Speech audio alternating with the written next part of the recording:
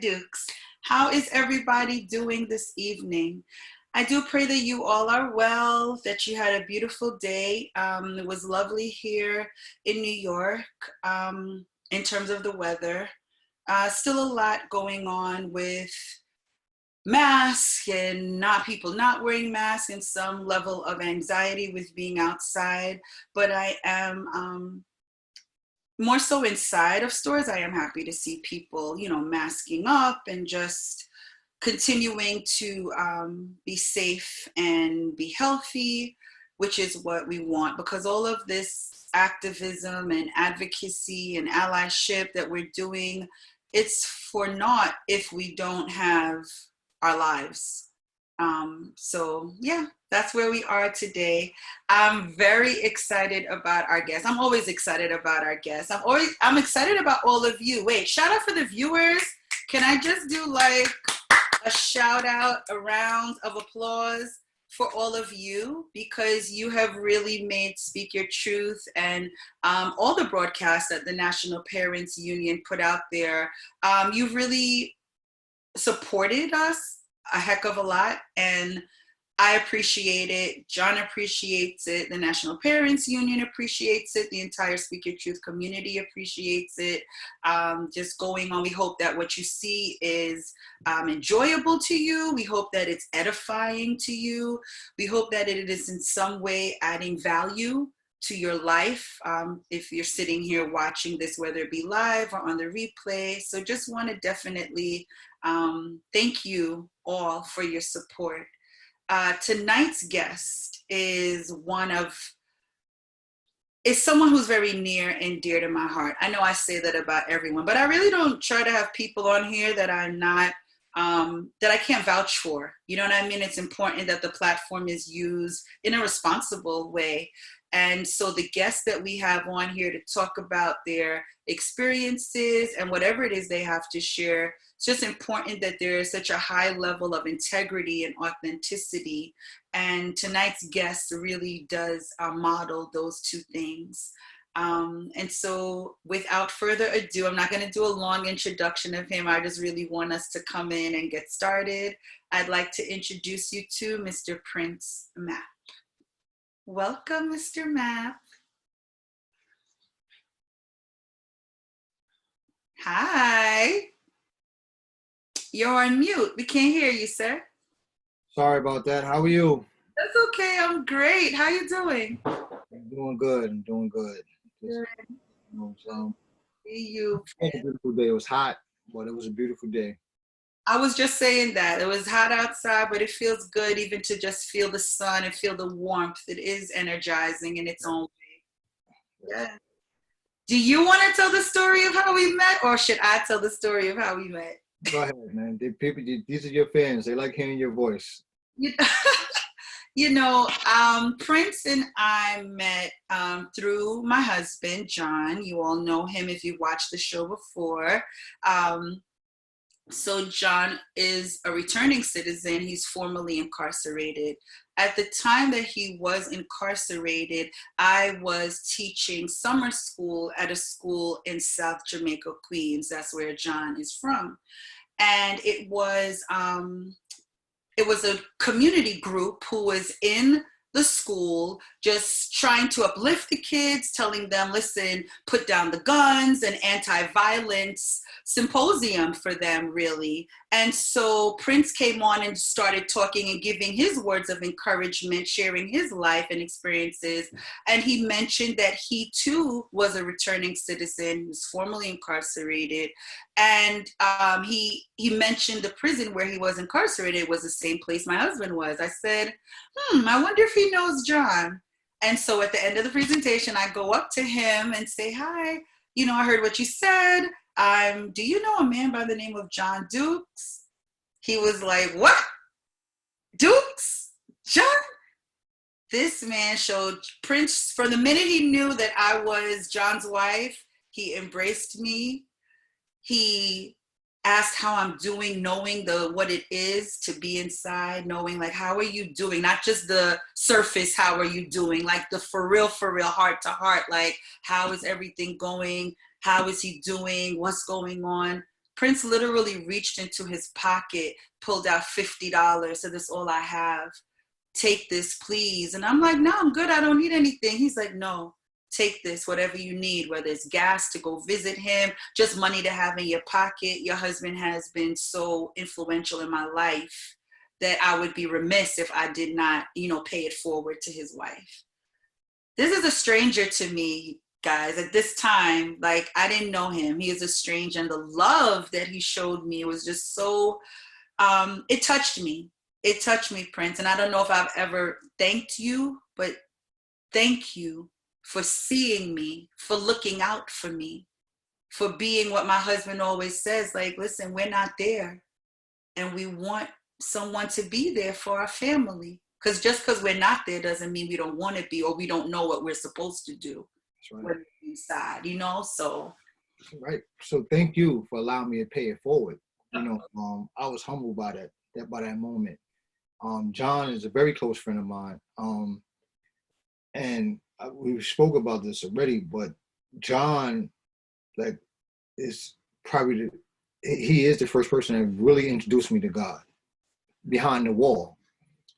And it was a dark place where we all were. The sun don't shine in prison. And John was the only individual that would come to your cell and pray for you when you didn't ask him to. And there was many moments in prison where I didn't want to wake up, where I was disgusted with my life, was tired of prison, and knowing that you had someone like John who could introduce you to someone who has been an intricate part of my life ever since, who is God, it speaks volumes of who you are. And for you to come up to me and tell me that you were John's wife, it just, at that moment, I wanted to do something special. And if I had $500 in my pocket, I probably would have gave it to you. You know what I'm saying? It didn't matter because, I think it's imperative that we pay it full. You know what I'm saying? I did 18 years in prison. I grew up in South Jamaica, Queens. My father overdosed on heroin on Father's Day when I was a kid. I grew up in a single parent home, drug addicted household. I was shot when I was 16. Again, I was shot again when I was 18. And unfortunately, I took someone's life when I was 19. I went to prison. I was uneducated. I stopped going to school in 7th, 8th grade, but I officially stopped going to school. Like, I stopped learning in like 6th grade. I knew I made up my mind that I was going to take it to the street. And the opportunities were there. They were, I don't look at them as opportunities today, but opportunities back then were there to sell drugs in South Jamaica. And I took them, and I ended up spending half my life in prison for the decisions I made. I didn't make mistakes. Mistakes are like a car accident. I made decisions. Decisions are intentional. And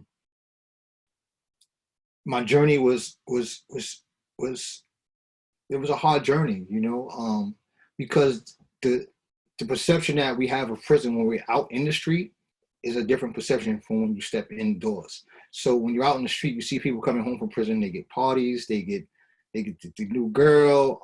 If you want a part of a team, they might buy you a car. They set you up with a chain, a house. An apartment, whatever. Because you did your bid and you held it down, and it's all an illusion. It's not real. It's all an illusion. It's not real. And when you step into prison, where the environment is trained for you to act as an animal and not as a human, you start to adapt to those behaviors. So I didn't wake up in prison until about 7, 8 years in. I was asleep for about 8 years. I was playing basketball. I was fighting. I was in violence. I was back and forth out of the box, getting in trouble. I didn't wake up. I didn't take my GED till later on down the line. And when I took my GED, I passed. I was like, oh, wow, I passed. I didn't even know I was smart enough to pass the GED. And I started taking pre-college courses, and I liked it. Someone convinced me to take college, and I took it and I excelled. So I went to prison, and I said, with not having enough education past sixth grade, and now I'm 2 degrees away from being a doctor. You know what I mean?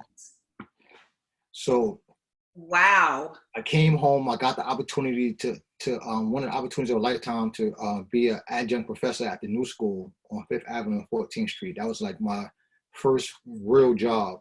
I remember that when you Um, first came home, and I was like, "What?" And John was like, "Have you heard of the new school?" It's like the new school for social research. Yeah, I heard of that. It's a wonderful school. He's like, yeah, "Yeah, that's where Prince is an adjunct, a professor." I said, "What?"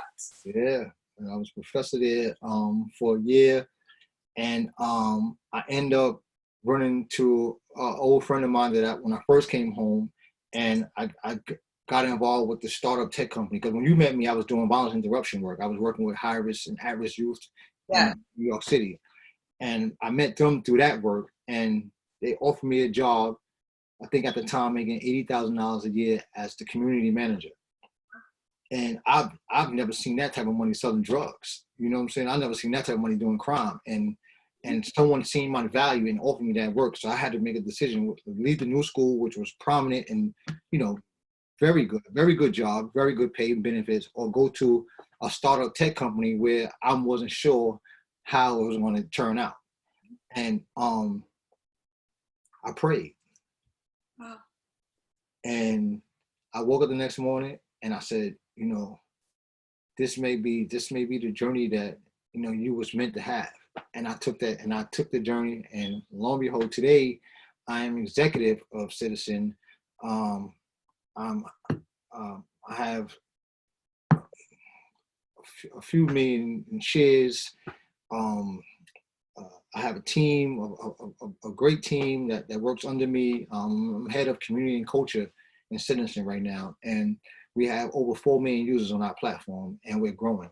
So, I'm gonna say it straight up and down, like God had my steps, and I will continue to follow in those steps. And life after prison is doable. I've been home for 4 years and 10 months. wow. Good for you. This is So what you said. I recently got turned on to Citizen just a few months ago, right before the pandemic. mhm. Students they would tell me stuff that was going on before the news hit, the mainstream news outlets hit. Yes, So I'm like, where are you getting this from?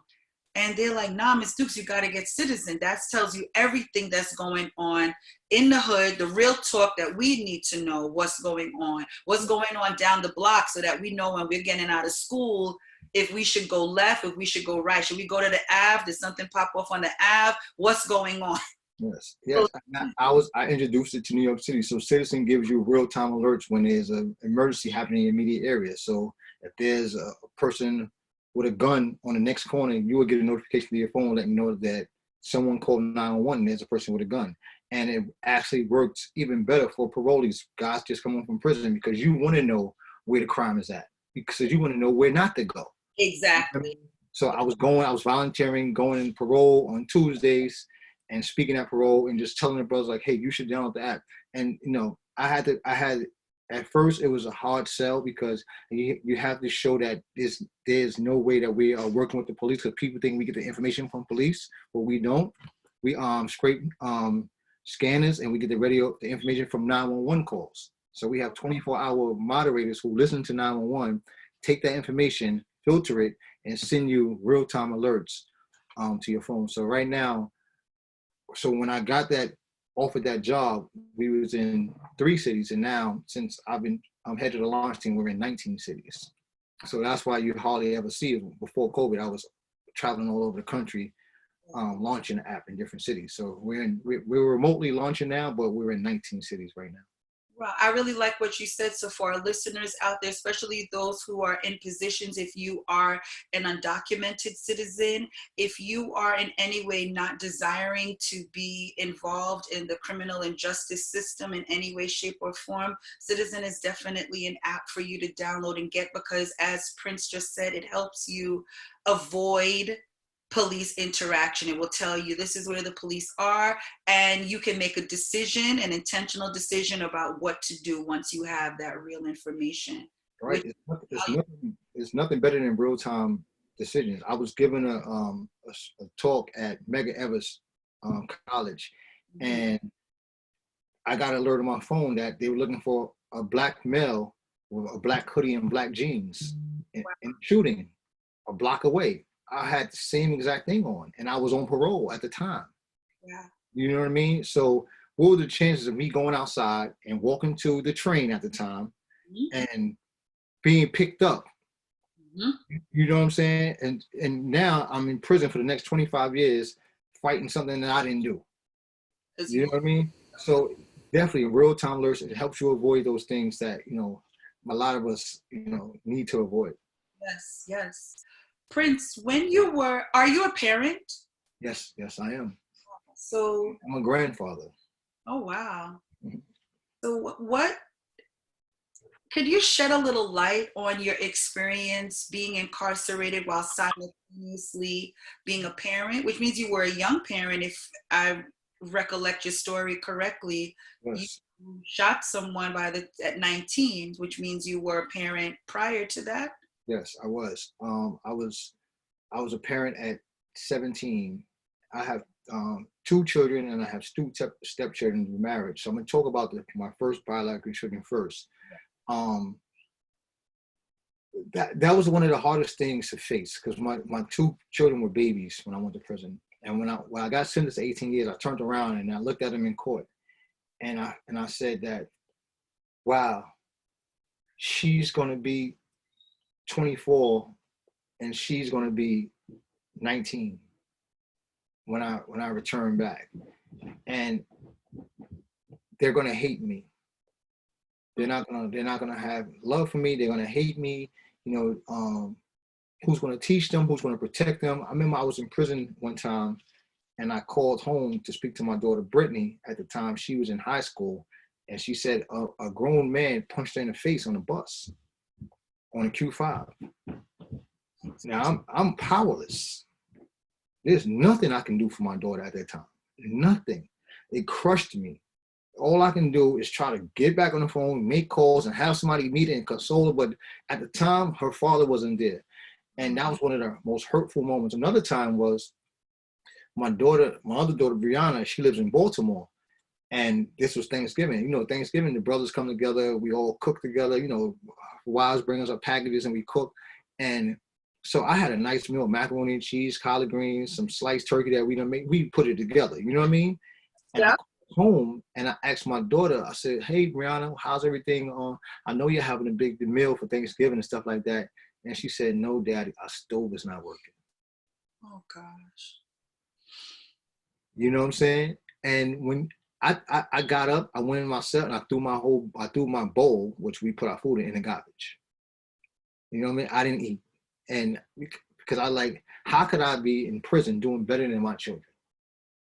So those are some of the real moments that you have when you're in prison and you deal with parenting, that you have to, one, understand and acknowledge that they're going to happen.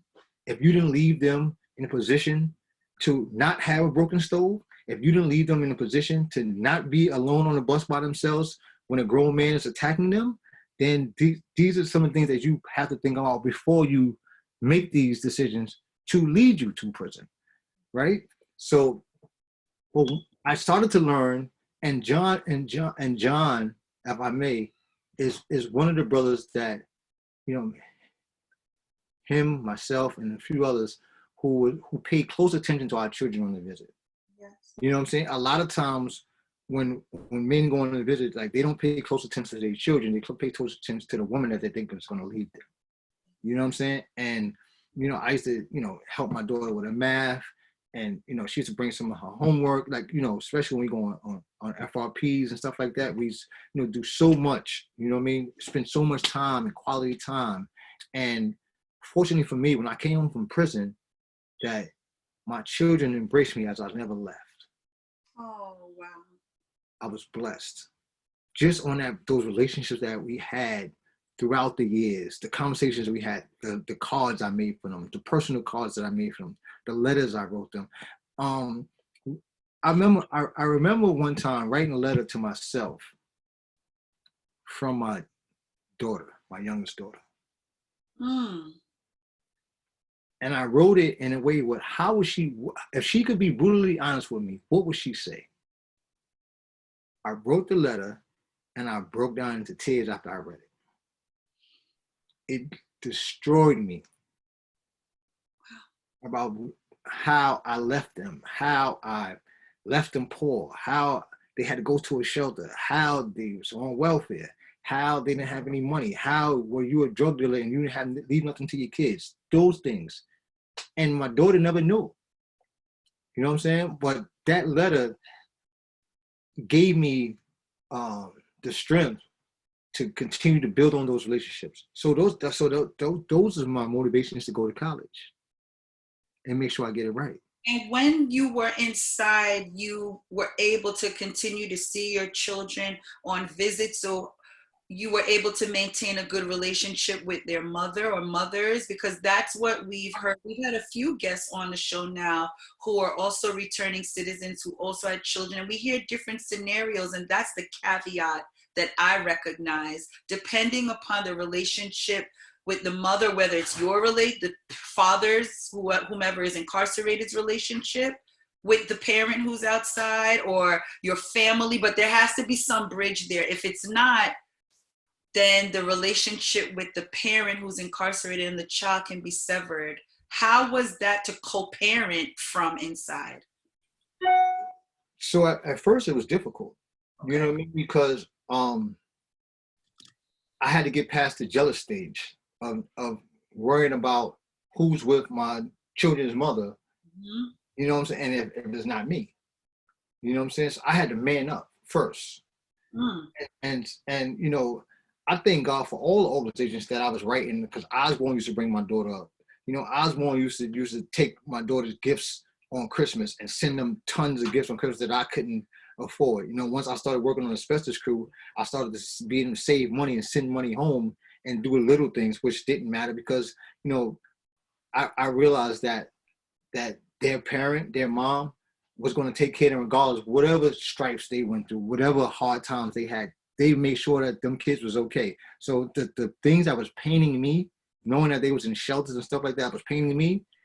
My kids didn't recognize them because they were sheltered by their mom, and they gave them good lives. I just knew that they could have been in better lives. So with knowing that, I started to write on my plan years before I came home. So you were working on your re-entry plan way before parole was even something that you were going for, or whether you knew you were coming home or not.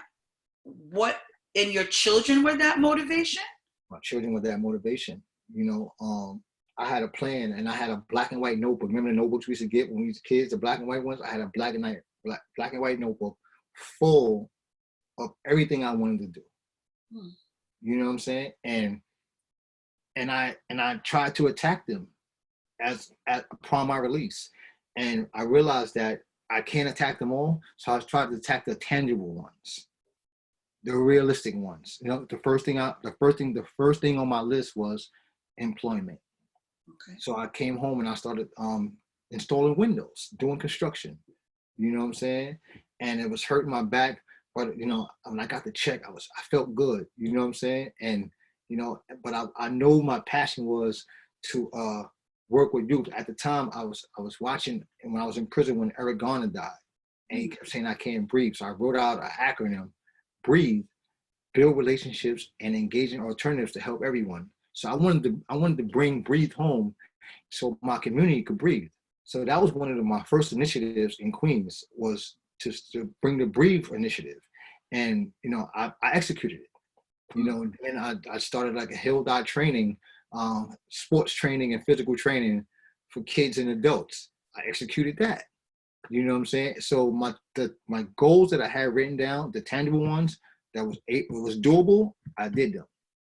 Well, one of the things that, if I can say I made some errors coming home, one of the things was trying to make up for lost time. You know what I'm saying? And trying to, like, all the time that was lost, trying to like buy my daughter a car, I gotta save all my money because I gotta make sure my daughter got a car. She didn't call for, you know, because I had a granddaughter when I came home. You know what I mean? Like, so my daughter was was 6 when I went in. Her daughter was 4 when I came home. So now you saw it as like, what I didn't do for you, I'll do for I her. do for her, right? So I'm trying to make up. You know what I'm saying? And that didn't work out because you got to sustain that life. You know, if you buy one car, that car go broken, they're looking for you to get them another one. Then if they buy their own car, they're looking for you to insure it. So these are the bumps and the bruises that I've endured upon my release, and I've learned from them. But what I did was build a strong relationship with my kids, and now we have the best relationship that I can dream of. They call me all the time. This Father's Day was the best Father's Day I ever had. And so if I can, I want to move forward real quick to my step parenting as father, because if you come home and you don't have a relationship and you get into a relationship, it's 9 out of 10 if the woman is around your age, she might have children.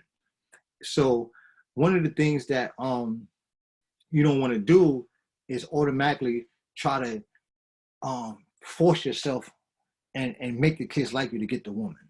Yes. You know what I'm saying? You have to take baby steps. So I actually wrote something out, 12 steps to step parenting. And just real quick, I said, you're not a replacement, but an addition. Okay. Is that step 1? Are we going from 1 to 12? That's step 1. You're not a replacement, but an addition. You know what I'm saying? Get your pen and paper out, get your laptops out, take some notes, because these are tangible. We're not just here sharing. It's real, yeah. For the sake of sharing. We want you to walk away with tangible, practical, applicable steps that you can take to improve your parenting, your relationship. And this is whether you are returning. So this has nothing to do with whether you're incarcerated or not. We're talking about now a blended family. Yeah. I'm a part of a blended family in my own house. John is a step parent to my 2 children. I am a stepmother to his daughter. And the road was very rocky. Well, this is going to apply to you. You know what I'm saying? So the first step is you're not a replacement, but you're an addition. Don't try to replace the parent. Add to that. You know what I'm saying? Knowing your position early in a relationship is crucial. Mm-hmm. You have to know your position. You know what I'm saying? Don't be a Disney dad or a Disney mom. Right? Don't try to come and buy all the gifts and impress the kids, but don't be the Grinch either. You know what I'm saying? Like, have some balance there. That's number 2. 3 is assess the relationship. When there are kids involved, you should always assess the entire relationship, how that looks. Because you're not in a relationship with the woman no more. You're in a relationship with the entire family. Yes. So assess the entire relationship. Yes. The 4th one is immediate introduction. This one didn't work for me. To the biological parent was not always the best thing. Mm-hmm. You know what I'm saying? It wasn't always the best thing. Gradually, let the relationship gradually, like sometimes you want to jump out there and say, hey, but that other person may not be ready to meet you. Yes. And you have to look at your motive also. So as they don't want to trust you around their kids, so you build that trust first. Exactly. You know what I'm saying? And 5th, before being liked, be respected. You know what I'm saying? Set your boundaries of respect early. You know what I mean? You don't have to be liked automatically, but you want to be respected because you're coming into a relationship. You're coming into a marriage. You know what I mean? So you want to don't always try to be liked. When we liked, now we got to continue to be doing things that they like. And the minute you do something that they don't like, there's a chance you can be disrespected. Yes. Right? Peace, my brother. Peace. Keep going though. I had to come in and get these notes. The 6th step is don't cross the imaginary boundary, the line. Don't cross that line. You know what I'm saying? You have to stay in your lane. You know what I mean? Don't cross the line. Stay in your lane. You know what I mean? And eventually, the line is going to dissolve. There's no line no more. But immediately into a relationship, don't try to cross the line. Let the line dissolve. But there is a scratch line there between you, kids, and their parent. There's a scratch line there. And what we experienced was because our children were older, right? The youngest one at the time when John and I started going out, she was 16. I actually brought her up to the prison to meet him, which he wasn't necessarily for, but I said, well, she has to know you, and I have to see how you guys interact before I make the decision to marry you. Exactly. And Family, you know. And then once he came home, although they forged a good relationship, he was the same way you saw him with his biological daughter is the same way he was with my daughter, because that's who John is as a parent, and you've witnessed up close and personal. But there were many bumps in the road because there's a power struggle where I used to say, I feel like I'm in the middle because she's vying for my attention. You're vying for my attention. I'm trying to make everyone happy because I want peace in the home. But there was this back and forth until eventually, like you were saying, that we just got an understanding how to live with each other. And that was compounded with his own re-entry process. Of course, coexistence is very important. Yeah, so I just wanted to add to what you're saying. You're 100% right. And the next one, 7, is don't try to be the perfect parent. You're going to make mistakes. You know what I'm saying? Trying to be the perfect parent is the biggest mistake you could ever make. You're going to have to remain perfect. You know what I mean? And they're not going to be ready for when you're not perfect. So don't try to be the perfect parent. And then you're going to like this one. Don't try to go through things, grow through things. Come on. Say that again. Rewind that one. We got to stay on that one. Yeah, Prince. Don't try to just go through things, grow through things.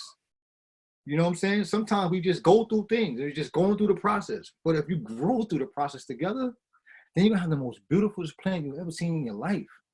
Cultivate flowers. Cultivate roses. You know what I'm saying? Like, trying to just go through with the emotion, it never works. But if you're growing and your relationship becomes a rhythm. Yeah. And I want to share this with y'all real quick. I never shared this with anybody. I've never shared my 12 steps to step parent with anybody because I'm still, I'm a writer, so I'm just working on these things. But I'm sharing it with you because this is my brother. And I love him every piece of atom in my body. Thank you, Prince. Likewise, man. 9 is don't hold resentments, forgive and move on.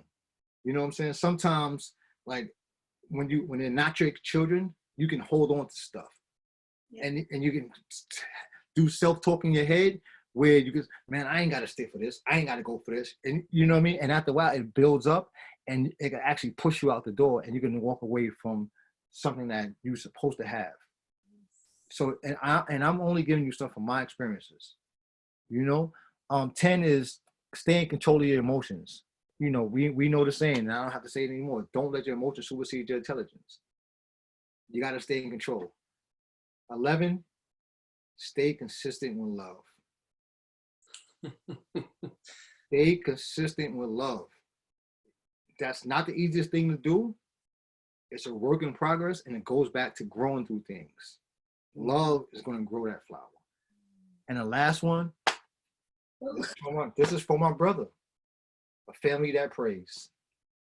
Yes. Yes. 12th step. It's important. Can't have 11 steps without this 12th step. Yeah.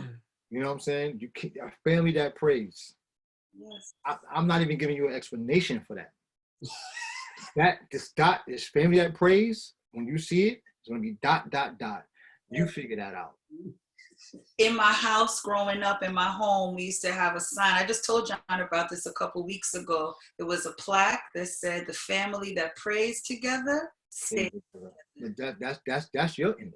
Yes. That's your house. But a family that prays, period, we don't know what the outcomes is. Yes. It's infinite. God is ineffable. He's unexplainable. Yes. You know what I'm saying? So a family that prays can stay, but sometimes you might get answers that because some families may not work. So you may not stay. You may not be made for this family. You know what I'm saying? So a family that prays is just a family that prays. God is going to have your steps. So that's my I'm glad you gave me the time. I thought it wasn't going to last 8:05 already, but that's my 12 steps to step parenting. Told you. You have a very interesting life, and I know that the things that you've gone through in your life have not just been for you. And so that's why platforms such as this are necessary, so that others will be edified and can gain strength from hearing what you went through. To see a kid, if you could believe in Malcolm X, you could believe in Prince Matt. If you can believe, like, you gotta give, there's a hope. And I think we live in a society that's very quick to demonize people. When you're up and everyone loves you. But when you're down, it's like, where is everybody? Where is that same love, that same support? And as parents, we often don't talk about what we're not doing right. You're very hard pressed to find parents who are going to offer a 12-step program based on their experiences, because everyone puts up a mask. We wear a mask because we want to be, what step was that? Was it number 6? Somewhere around there, about being perfect. Stop trying to be perfect. Admit, no, I made mistakes. That's the 7th step. Don't try to be the perfect parent. Try to be the perfect parent. That's right. That's beautiful. I want to say something, because what I like about our program is that Vivett loves to do this the organic way, where it's not like a pre-rehearsed.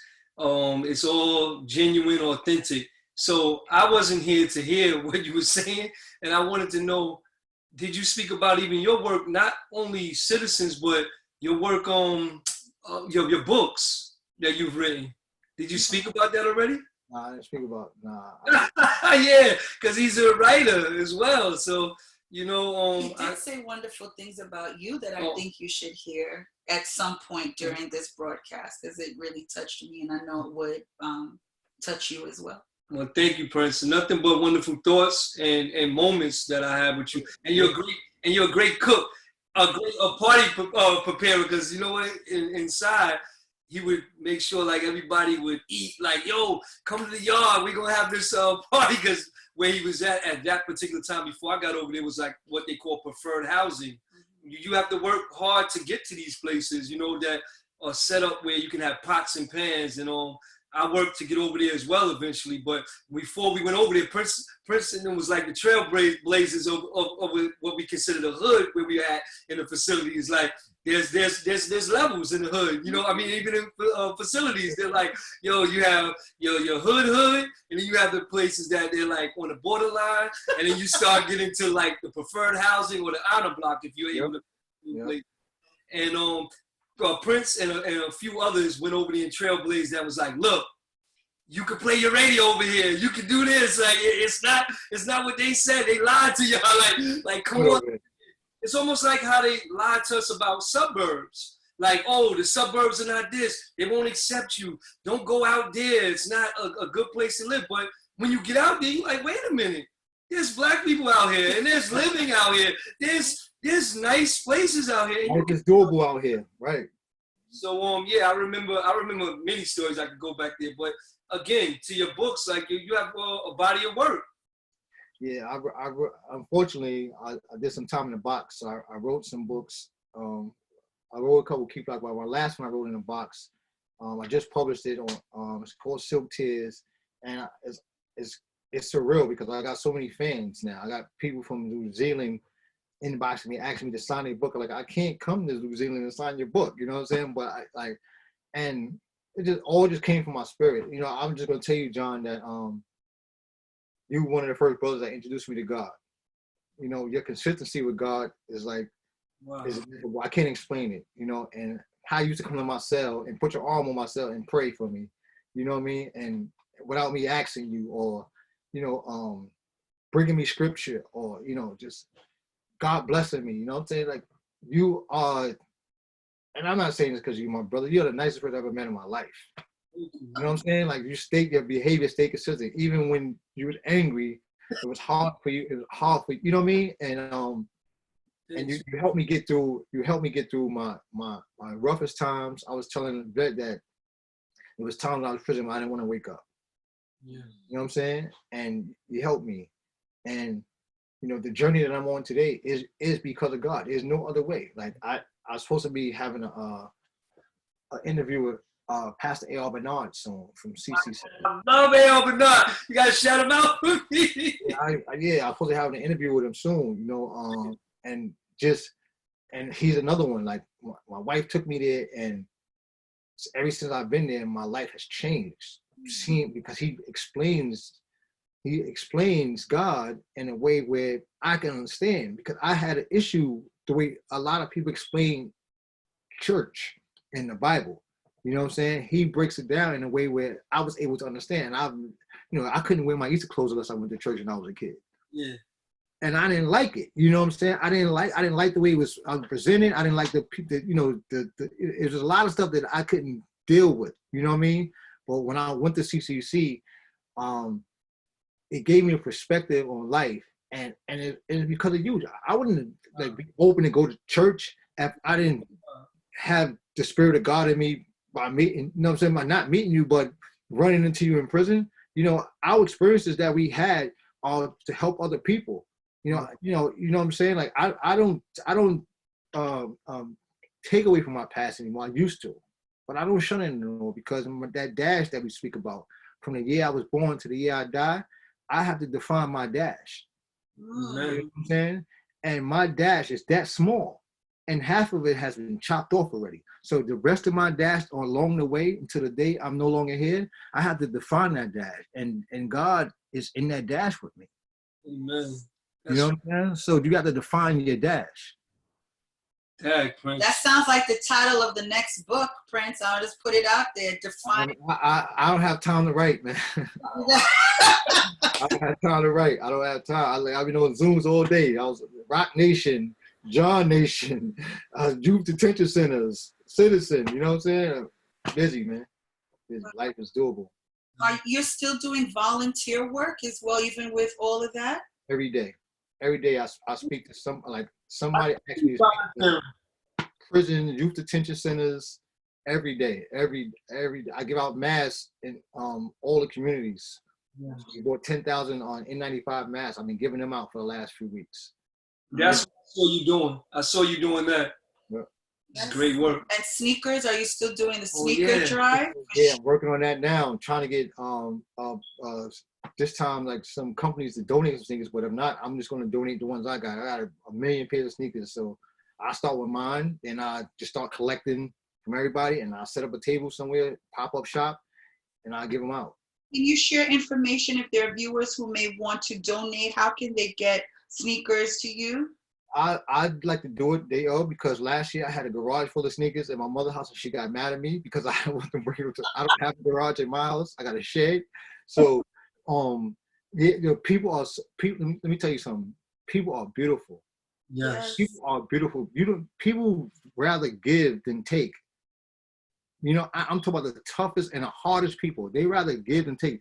The feeling they get when they see a child put on a pair of sneakers that they need. You know what I'm saying? And I don't always get brand new stuff. I get a lot of brand new stuff, but sometimes the sneakers are used. I might wash them, but these kids have no problem, because say they get sneakers for school, they can use those as they play sneakers. Yes. You know what I'm saying? Or you could use the new ones as your new sneakers. So, yeah, I'll let you guys know, August.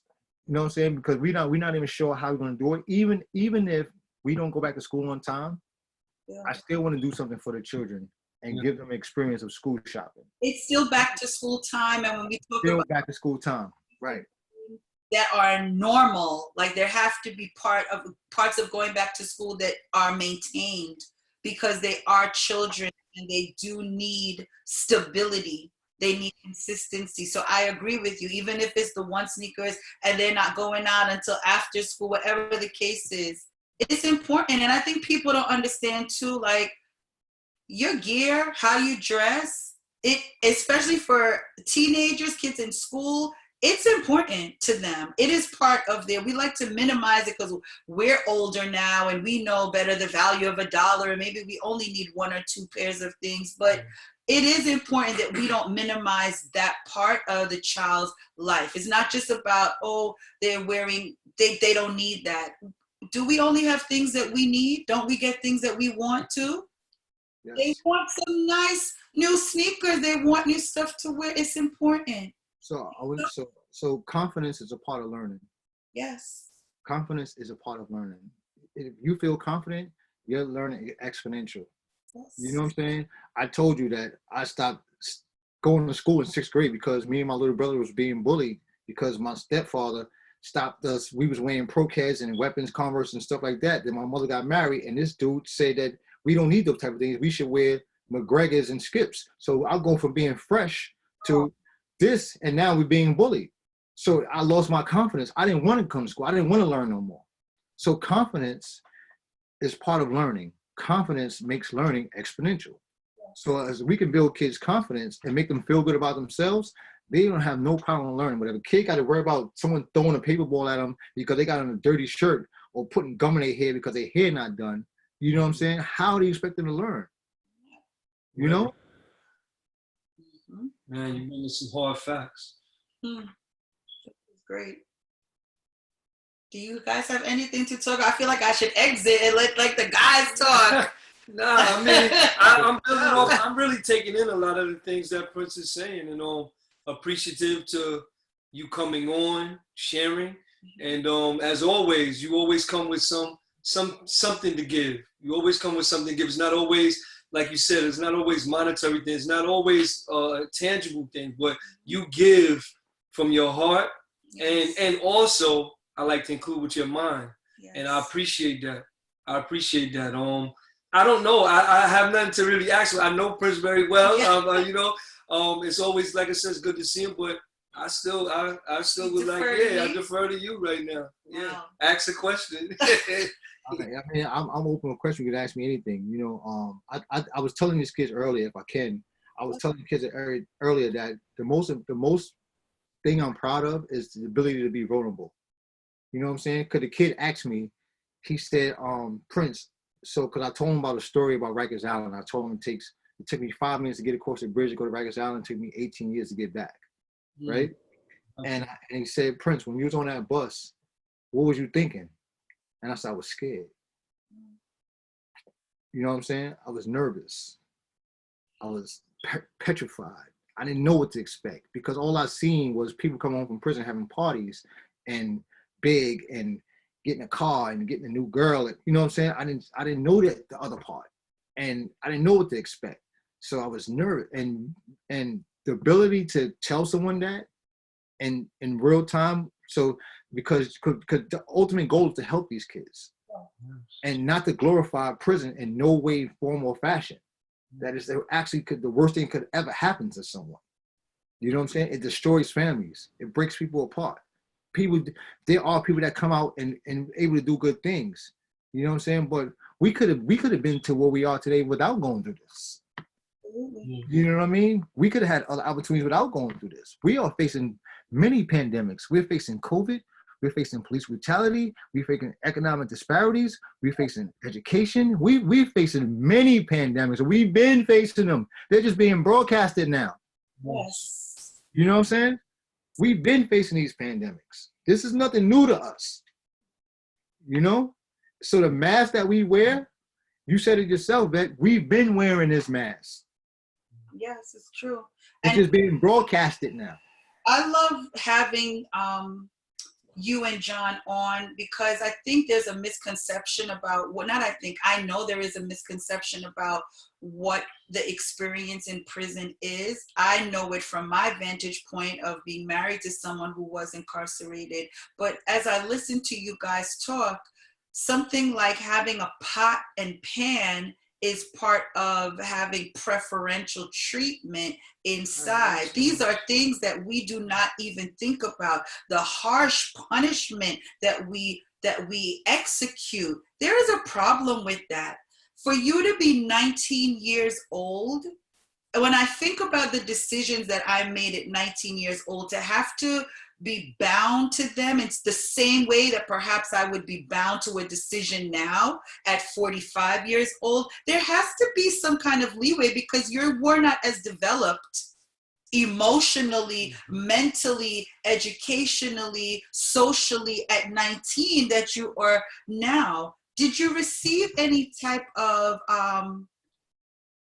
training inside to deal with the emotional hurt that you mentioned a lot of stuff. And even as you were saying it, Prince, you breezed through it. And I see John do it. And I see a lot of the guys that he was locked up with that I have the privilege of knowing now. Like, yeah, you said your father committed suicide when you were a kid on Father's Day. You said this quickly. You said that you grew up in a home where there were drugs were the norm. You said that by 6th grade, you were getting bullied and had really checked out of school, officially dropped out by 8th grade. Did anyone ever address that during your 18 years of incarceration? The first door that slammed behind me when I went to prison, I turned into a baby again. Steve.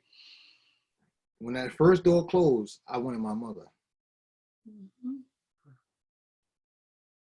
Wow. It was the hardest thing.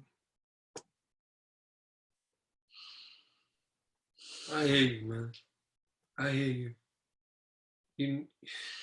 I mean, that alone said it all, Prince. And and I don't want to hijack what you're saying. I hear you already, and you speak volumes even in your silence of what you just spoke. I hear my wife breathing heavy right now, and I too can feel that. With that being said, man, I mean, there was have a childhood. You miss your whole childhood. You miss everything. All the historical trauma just falls right in your lap. You know what I'm saying? And you just want your mother. George Floyd was calling for his mother on his last thing he said was calling for his mother. And I understood that. I understood George Floyd. You know what I'm saying? I understood that. I wanted my mother, and I was so grown in the street. I was so grown. I had kids already, had my own apartment, had my own car. I was so grown. But when that door closed, I wanted my mother. And I'm crying because I know these kids want their mother now. Yeah. I know the 18-year-old kid that went in the cell today and closed the door for the first time. Mm-hmm. He wants his mother.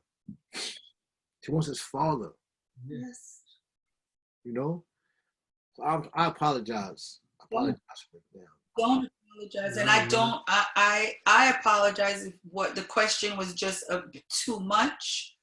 But I am grateful for your transparency today and every day, because people who don't know about prison, besides what they might see on television, are very disconnected, and they don't realize what it does to families. This is the National Parents Union, and we joined with them specifically to make sure that parents who are incarcerated, they're still parents.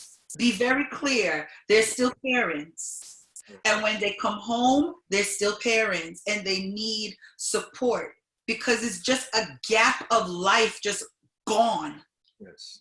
Decades sometimes. 18 years is that's someone's life. There's a whole journey through education. Yes. When I met my daughter by way of our blended family, our youngest daughter, she was been on the show. Okay, our youngest daughter, Sarita, she's 21 now, right? She was literally, the time that I was in prison, I was already, I did her whole life in prison at that time. So this is the gap that we're speaking about. The other part that I want to touch on is that how you were able to get emotional to feel that right now, that what you felt when that first 18 years before you had served 18 years that you felt, you were able to express that right now. That's another thing that's an issue with me. Like it's a problem, because as sensitive and as present as I can be at times, I'm still desensitized. Like I'm still need to be desensitized, because I have been desensitized. Yes, that's what I meant to say.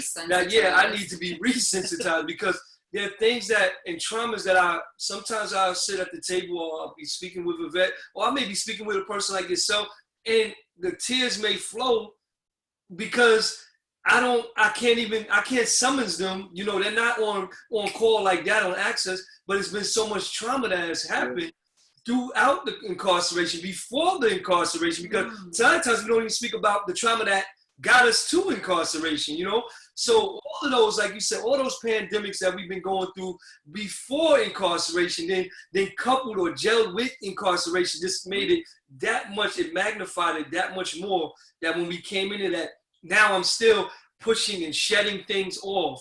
Mm-hmm. I'm still looking at things that as I'm getting reacclimated to society, and I'm like, yo, I'm not all the way there yet. Like I see that there's still things that I struggle with, you know, and it's not always where people would think, oh, well, it's just education. No, it's just normal everyday things that sometimes that I look at, I'm like, yo, this is not good. Or why didn't I see that before? Or how did I even get to this point? And then I look at not growing up with my biological father, you know, seeing my mother have to work and do all these things without me, without her having a spouse or a husband at the time, and just being the man and the woman trying to pay the bills, you know, going through things. Like I told my mom is one of the honest people that I've known, you know, but she have even had to tell me the story about when you speak about not being perfect. Like, look, there's one day I had to go in the store and steal a steak, you know. And it was like, yo,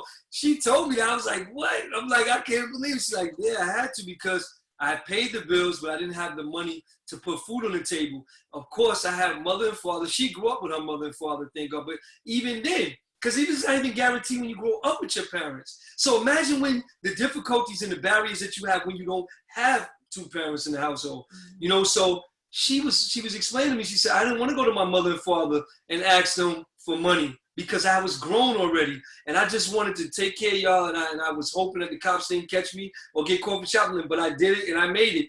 But again, it's just things like that goes on in everyday households when people look at people and say, well, why are they doing this? Why are they doing? Because we come from troubled situations. We come from a lack of guidance, for lack of exposure. A lot of things that we have lacked, where we don't have, let's say, we don't have it at our fingertips. Like how the computer is so readily, you can use it, but even if you don't know how to use it, you can't even, some people use their phone for pornography, for videos, for where to get the latest shopping.